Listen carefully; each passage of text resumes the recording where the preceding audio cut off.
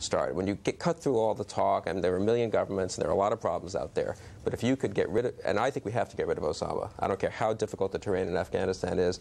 I don't care whether it takes 200,000 ground troops. You cannot win this war on terrorism without getting rid of the man who, more than any other man, with a possible exception of Saddam, has organized it. And I think Osama and Saddam will be the focus of our efforts. The contrary point would be that if you get rid of Osama bin Laden, if you do so with tremendous force, in fact, you then create a martyr, and that you create a martyr in terms of Islam and Islamic extremists who say, you know, this is the United States, the great friend of Israel, who has come in and they are now obliterating us.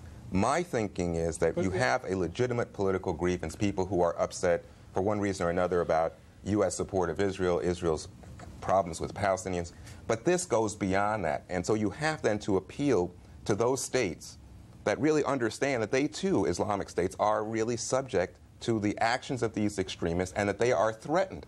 The Russians are trying to make the argument that what's been going on in Chechnya with Muslims there is an example of this kind of terrorism. I'm not sure I buy the Russians' argument. I think it's very convenient of them at this moment.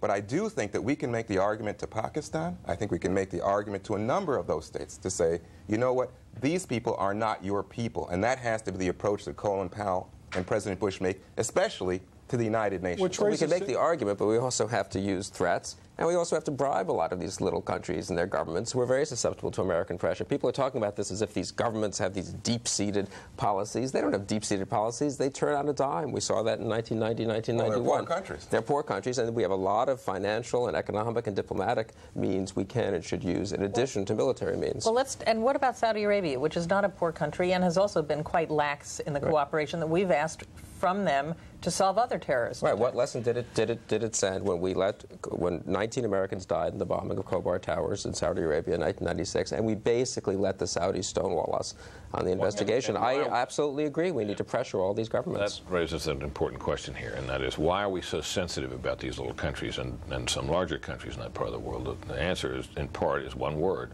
oil. And that, in turn, raises a question about, and oil is a national security commodity, and that cannot be underestimated, that is an important issue. What they call the thin line of tankers, it continues to run. If that were shut off, think of the consequences to the American economy. So these become not very easy choices, and of course, obviously, one of the implications of this whole event is that this country needs to think about its energy policy and how it deals with that, which is a very important element of national security. All right, Brit, you get the final word in this installment of the panel, but you'll all be back later. Right now, we're going to survey Capitol Hill, and here with the latest is Fox News chief political correspondent Carl Cameron. Carl? Thanks, Tony. Well, the Constitution makes Congress a co-equal branch of government with the president. Its members are elected to represent every region and the majority of views across America, and they are united. God bless America, my home, sweet home. Patriotism reigned. Partisanship vanished. We, Republicans and Democrats, House and Senate, stand strongly united behind the president. Unanimously, Congress gave the president authority to use force and approved $40 billion in emergency spending to rebuild from the attacks and start the war on terrorism. We gave the president the money and the power to make war on those who have made war on us. Thank you, sir. For the job you're doing. Yeah, really thank you. Lawmakers toured the battered Pentagon. They dealt with various evacuations and promised terror would be vanquished once and for all. God may show you mercy. We will not.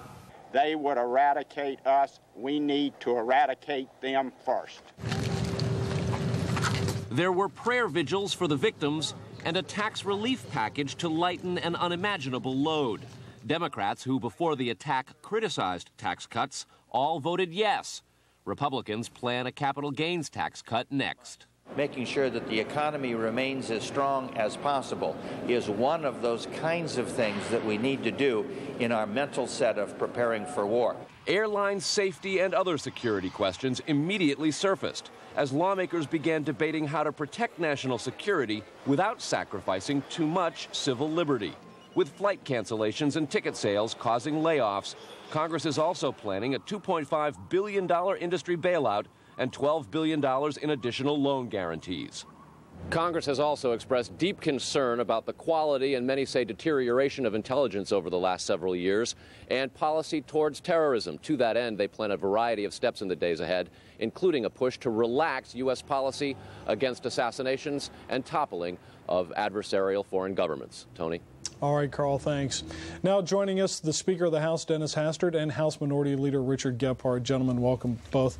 Speaker Hastert, I've had Democrats and Republicans come up to me in recent days and say, I want you to understand something.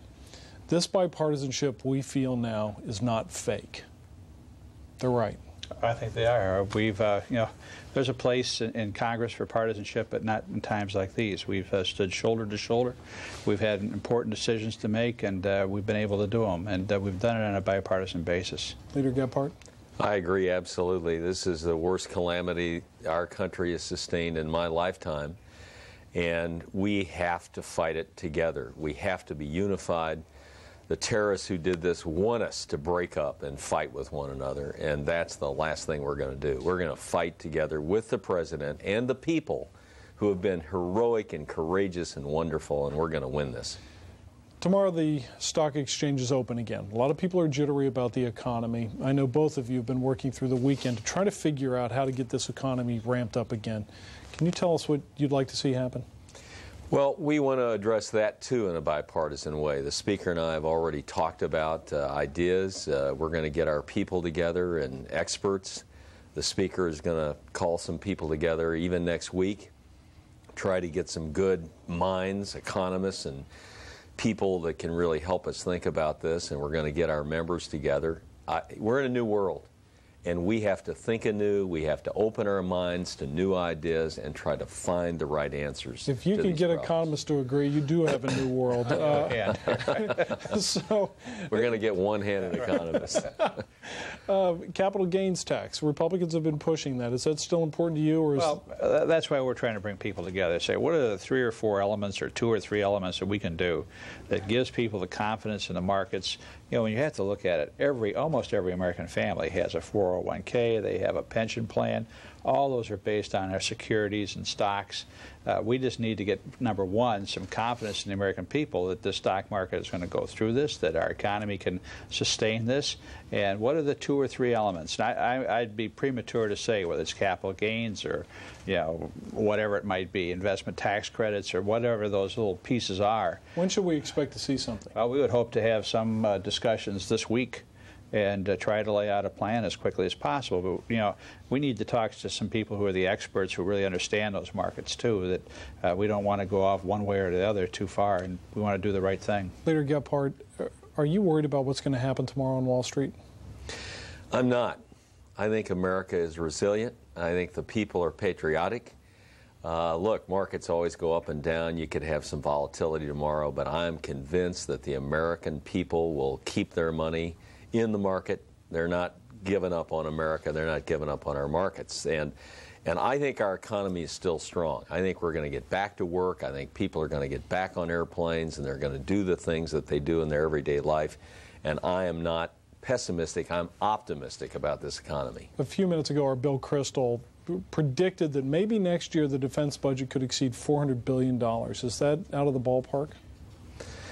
I don't know the number. We're going to do what it takes to win this fight. The Congress is committed. As you saw the other night, we passed, without a dissenting vote, I think, an appropriation bill to help with the cleanup of this and the recovery effort. We're going to give the president and the military the tools and resources they need to meet this problem. Now, we want to do it efficiently and sensibly. We're not going to go off crazy, but we're going to give them the things they need to fight this battle. Mr. Speaker, the Defense Secretary made the point that this isn't going to be like another war. It's not one where you have strategic posts and you're trying to move 2 miles or 3 miles in a day. Instead, it's going to be almost skirmish warfare. How on earth can you keep public opinion united and even focused on such a thing when this is a war, if you want to call it that, that's not going to appear in the headlines every day, but may only appear once every 2 or 3 months? Well, first of all, we have to prepare the American people for this as a long siege. And it's not like a war where you see a battle or there's an army or there's a capital or there's some economic asset that you're going to go after. You have to do it in many facets. It's intelligence. So we have to be able to give our intelligence people the resources, the human intelligence and other things that we understand what's going on. I think we were lacking that. I think we have to go after the financial sources that Osama bin Laden and others use to finance this thing, and whether it's international drugs or whatever it might be, there's a lot of different things that we need to go after. So we need to turn that spigot off as well. So there's a lot of things that and a lot of different nuances we're going to have to take but we really have to focus on the American people and say, this is something that we're not going to be able to bomb 2 or 3 factories and say we've won, or it's not going to be 100 days air war someplace. It's going to be a long, tough siege, but we must win this for not just the freedom of the American people, but the freedom of the world. Are you surprised at the reaction from Europe? I'm not. I think people all over the world now know that this was a strike not just against America, but against civilization and against humanity. And I think the president is going to be able to put together an international coalition to carry on what the speaker has rightly said will be a long, complicated, difficult war against a very unique and new kind of opponent. Let's talk a little bit about the basic threat. British Prime Minister Tony Blair has said he believes that the terrorist network now has rogue nuclear weapons, and a lot of people suspect chemical and biological weapons as well. What's your understanding? We've been worried about this for a long time. We have had many anti-proliferation programs that we have funded and have had good effect. We need to re-energize those. We probably need to expand some of them. We're particularly worried about biological and chemical because it's a little easier than the nuclear. So all of that's on the table. All of it has to be worried about. But we can't just get scared and retract into our daily shells. We got to proceed with confidence that we're going to face these problems together. We got the whole world with us, and we got the American people with us, and that's a pretty good team to have together. A lot of people have counseled patience. How long can we be patient? Well, I learned a long time in coaching. It takes a long time to build up to a victory. And in this case, it's going to be years, I think, to build that team and to go after those assets that bin Laden and others have. And I think we just need to resolve ourselves to do that. And I think that's the issue. The American people have to resolve to do away with this one way or another, and no matter how long it takes. But I mean, it's increased assets and intelligence and a lot of other things that we don't usually talk about. We're 5 days away from the 5 days past the first time that we've had American casualties of war on American soil since 1865. There's a spirit of bipartisanship right now. But sooner or later, you guys are going to disagree on a lot of things. It's the nature of politics. Vice President Cheney today said he believes the tax cut has to stay with no changes.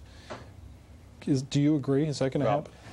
We're going to have to look at that down the pike, but I think it ought to be there. We've done it, and tax policy can't be jerked back and forth.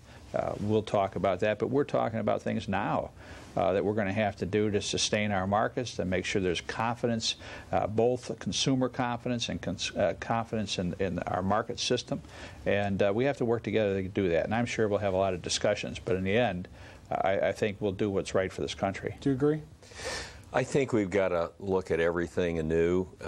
I don't presuppose anything. I think we can't rush to judgment and say, oh, I've got the best idea and I want to jam my idea through. We got to really listen to people. We got to be respectful of opinions that we haven't agreed with before. We got to open our minds to new ideas and new thoughts. And we have to see the need for national resolve and national unity to harbor our resources to be ready for things like happened on Tuesday. And so we got to look at everything. I don't assume anything in this. I think if we all come into it in that spirit, we'll do fine. Let me say one thing about partisanship. It may be, I don't know, but it may be that this event, as horrible as it was, will change for quite a while the way we operate in the Congress. This is going to be a long battle. And if we just revert back to the old, haranguing and partisanship, which is part of what we do here. I mean, let's understand there's real disagreement in the country. Always is, always will be. Our job is to resolve the conflict. And so you have to fight for your beliefs because you represent all kinds of people who share those beliefs. But we have to act anew in a new world and try to find ways to really, truly collaborate.